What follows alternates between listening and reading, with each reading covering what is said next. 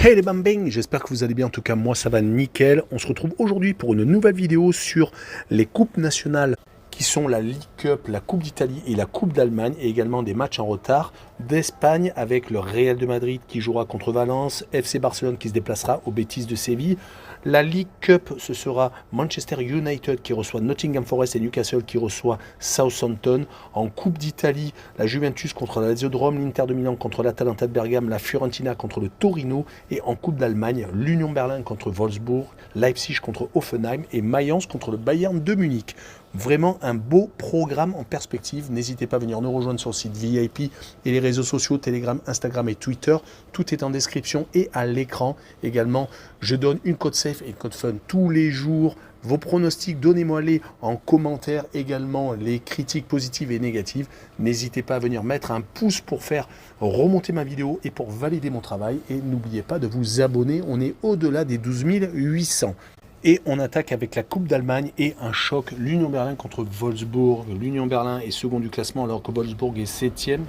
Les deux formations sont plutôt en très bonne forme car l'Union Berlin a réattaqué à la post-Coupe du Monde avec 3 victoires consécutives contre Hoffenheim, le Werder de Brême et au Hertha Berlin dans le derby berlinois. Ils avaient plutôt fini en queue de poisson avec une grosse défaite à Fribourg et un match nul à la maison contre Augsbourg. Mais ils sont en train de recoller au Bayern de Munich qui est en train de faire du surplace avec seulement un petit point de retard du côté de Wolfsburg. Ils ont certes perdu en championnat au Werder de Brême 2-1, mais ils restaient sur une très belle série de 6 victoires consécutives, dont des gros succès contre Fribourg 6-0 et 5-0 contre le Hertha Berlin. Ils avaient également défait Dortmund 2-0. Ils restaient même quasiment que sur des clean sheets. Mais les bonnes choses ont une fin et ça s'est fini au Werder de Brême 2-1. Sur ce match-là, je vois bien les deux équipes marquées avec une cote à 1,88 et une victoire de l'Union Berlin 2-1. On passe à la seconde rencontre de Coupe d'Allemagne et Leipzig contre Hoffenheim. Leipzig est en train de faire une belle remontée à seulement 2 petits points du Bayern de Munich et ils viennent de s'imposer pour la deuxième fois consécutive après avoir battu le Schalke 04. Ils viennent de battre Stuttgart 2-1 depuis la reprise. Ils n'ont pas perdu et ont fait également match nul contre le Bayern de Munich d'entrée de jeu, donc un gros choc qui les avait remis de suite dans le bain. Ils vont jouer contre Hoffenheim qui n'est pas dans la même veine, qui vient une fois de plus de s'incliner et encore lourdement 4-1 contre Mönchengladbach. Depuis la reprise, 2 défaites et un seul petit match nul contre Stuttgart. Et sur ce match-là, en Coupe d'Allemagne, je les vois perdre une fois de plus 3-1 et je vois Leipzig marquer le plus de 1,5 but sur le match, une cote à 1,47. La troisième rencontre que je vous propose en Coupe d'Allemagne est Mayence contre le Bayern de Munich. Mayence est en deuxième partie de tableau de Bundesliga, mais ils viennent de surclasser Bochum 5-2 lors du dernier match de championnat. Ils avaient attaqué par un match nul à Stuttgart et avaient perdu contre Dortmund lors de la deuxième rencontre post-Coupe du Monde. Mais Mayence est une équipe qui a eu l'habitude de créer l'exploit contre le Bayern de Munich. Et quand on voit la dynamique actuelle des Bavarois, c'est assez compliqué. 3 matchs nuls pour commencer les 3 premières journées post-Coupe du Monde avec un but partout contre Leipzig, un but partout contre Cologne et un but partout contre Francfort. Certes, leur calendrier était assez compliqué, mais la Ligue des Champions va bientôt se présenter avec un adversaire très coriace, le Paris Saint-Germain.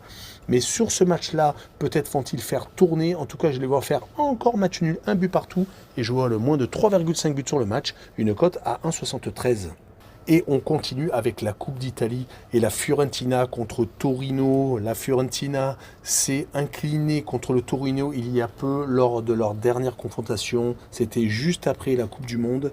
1-0 après prolongation. Et on s'aperçoit que la Fiorentina est sur 2 défaites et un match nul en championnat. La Coupe d'Italie va peut-être leur redonner de l'élan, mais ils étaient donc tombés contre les Turinois. C'était le 21 janvier. Du côté de Turin, c'est quand même beaucoup mieux.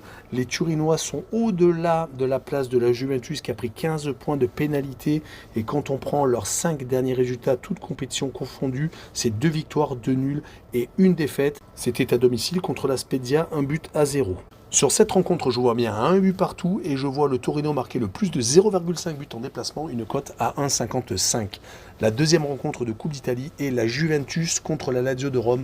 Beaucoup de trucs à dire sur la Juventus de Turin qui a donc pris 15 points de pénalité, qui est depuis sur une pente descendante, qui a fait match nul contre l'Atalanta 3 buts partout et qui vient de s'incliner contre Monza 2-0, même s'ils n'ont pas obligatoirement démérité. Ils avaient une série assez incroyable de 8 victoires sans prendre de but. Mais depuis donc cette défaite au Napoli 5-1, ils n'ont gagné qu'une seule fois et c'était déjà contre Monza, mais c'était en Coupe d'Italie. Ils vont essayer de se refaire la cerise contre la Lazio, qui de son côté vient de faire match nul à la maison contre la Fiorentina et qui sur les 5 matchs de reprise a fait 3 victoires et 2 matchs nuls, toutes compétitions confondues.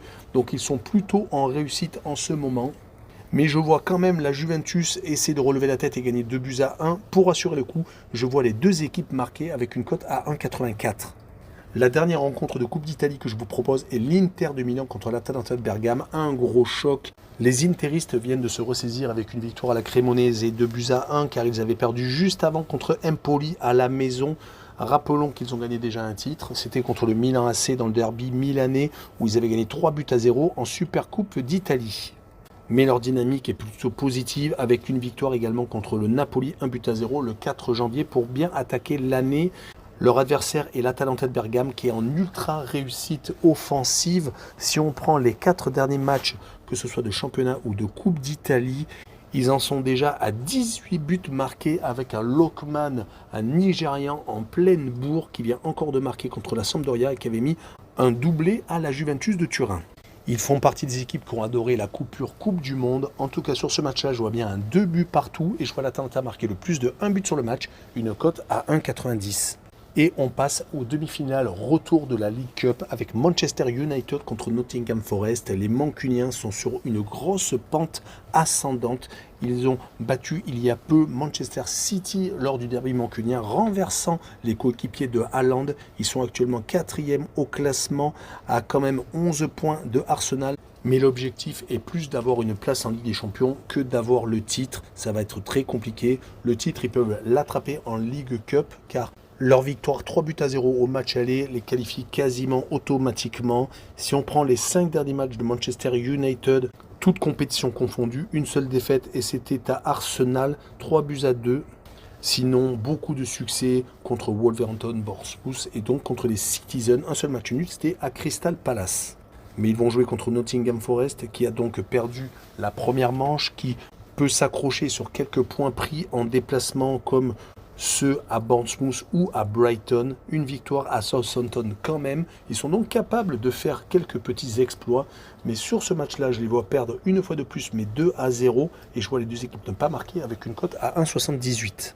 Et la deuxième demi-finale de League Cup est Newcastle qui reçoit Southampton. Newcastle s'est imposé 1-0 au match aller, donc a vraiment beaucoup de chances de se qualifier pour sa finale de League Cup. Ils sont actuellement très bien classés 3e, juste devant Manchester United. Ils réalisent une saison assez exceptionnelle, ne perdent quasiment jamais. En championnat, il faut remonter à fin août, un déplacement à Liverpool. Mais ils avaient également perdu en Cup à Sheffield Wednesday, qui était peut-être une déception pour eux, où ils avaient fait beaucoup trop tourner. On notera qu'ils font beaucoup de partage de points sur les 5 derniers matchs de Première Ligue. 3 contre Leeds United, Arsenal et contre Crystal Palace. Mais ils vont recevoir Southampton, qui est dernier de Première Ligue, mais qui a réussi à gagner 3 de ses 5 derniers matchs, toutes compétitions confondu, gagnant à Everton, battant Manchester City tout de même en League Cup au tour précédent et battant Blackpool au dernier tour de Cup. En tout cas, sur ce match-là, je vois encore Newcastle s'imposer et encore 1-0 et je vois le moins de 3 buts sur le match, une cote à 1,44. Et on finira avec 2 matchs en retard de la Liga, des matchs en retard de la 17e journée, le Betis de Séville contre Barcelone et le Real contre Valence. Il y avait eu les tours de Supercoupe d'Espagne. D'ailleurs, tout avait été fait pour que les 4 équipes qui se rencontraient se jouent donc le même week-end. Donc, tout a été décalé les 1er et 2 février. En tout cas, avec le premier match, le Betis de Séville contre Barcelone, on a une confrontation de haut de tableau en Liga. Le Betis de Séville est 6e alors que le FC Barcelone est premier avec 5 points d'avance sur le Real de Madrid. Le Betis vient de s'imposer à Retafe. Ça leur a mis du beurre dans les épinards car ils restaient sur 3 déceptions consécutives, une défaite à l'Espanyol de Barcelone et 2 éliminations en Coupe du Roi contre Osasuna à la maison au penalty et également en demi-finale de Supercoupe d'Espagne contre l'adversaire du soir qui est en pleine bourre actuellement, qui a donc gagné déjà un titre avec la Supercoupe d'Espagne, qui vient de s'imposer à Gijón, un des promus. Ils se sont également qualifiés en Coupe du Roi après avoir battu la Real Sociedad qui est 3e de la Liga. Et si on prend les 4 matchs de Liga depuis la reprise, une seule contre-performance était contre l'Espagnol lors du derby barcelonais et 3 victoires, toutes par un but d'écart et toutes sans prendre de but. Sur ce match-là, je vois bien un match nul entre les deux formations, un but partout, et je vois le moins de 2 buts sur le match pour le Barça, une cote à 1,55. Et on finira avec le Real de Madrid contre le FC Valence. Le champion d'Europe avait eu énormément de mal à sortir Valence en Supercoupe d'Espagne, gagnant seulement au pénalty après avoir fait un but partout en championnat. Ils sont également en perte de vitesse en Liga car ils ont maintenant 5 points de retard sur Barcelone. Ils viennent en plus de se faire accrocher par la Real Sociedad 0-0 lors du dernier match de championnat. N'oublions pas qu'ils sont quand même capables de battre des grosses équipes comme l'Atlético de Madrid qu'ils ont éliminé en Coupe du Roi 3-1 après prolongation avec encore une fois de plus un but de Benzema. Mais sur ce match-là, je les vois bien s'imposer, mais seulement un but à 0 et je vois le moins de 3 buts sur le match, une cote à 1,79. Voilà, on en a fini avec ces matchs de coupe et de matchs en retard de championnat. N'hésitez pas à vous abonner. Ciao les bambins!